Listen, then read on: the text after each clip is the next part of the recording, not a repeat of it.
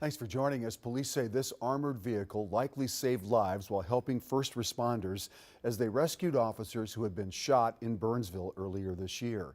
And tonight, we're getting our first close look at that vehicle. Luba Goose takes us to Rosemount and shows us why that fatal shooting is prompting a renewed push in Washington to make it easier for police departments to purchase armored vehicles. You can see some of the holes here. Even after being repaired, You can see where one went through the hinge here.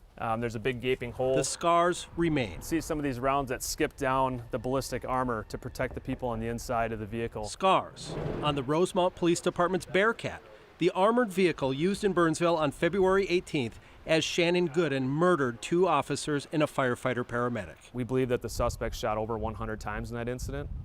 The Bearcat took 41 of those rounds. They were able to give medical treatment behind the safety of this armored vehicle and attempt to save those officers' lives while still taking fire from the suspect. Because this vehicle was on scene, it's my estimate that we didn't lose another 6 to 10 officers that day. Rosemount Police Chief Mike Dahlstrom will use the Burnsville incident as one example, but believes the vehicle's importance is proved in incidents you never hear about, where no one is hurt, such as one suicidal man in Rosemount who was pointing a gun at police. And because you're behind a windshield that's ballistic, armor that's ballistic, we didn't need to use force against someone that was pointing a gun in our direction. Vehicles like these are controversial, and politicians are divided. There's concern, not just from me, but from a lot of members of the community about militarization of police. State Representative Aisha Gomez expressed that concern in this year's legislative session when the topic of purchasing the vehicles with state money was raised. There are no words. But fellow Democrat Congresswoman Angie Craig this week unveiled a bill to free up restrictions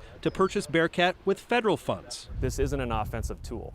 It's a defensive tool or a reactive tool. With between 20 and 50 deployments each year, Chief Dahlstrom thinks opponents don't realize the Bearcat allows police to safely handle many situations the way critics want. It allows us to bring those negotiators, those crisis workers, our social workers, and actually put them in the front seat and make a personal connection with people.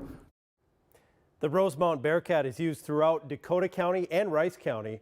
It was out of service for about 1 month after that Burnsville shooting.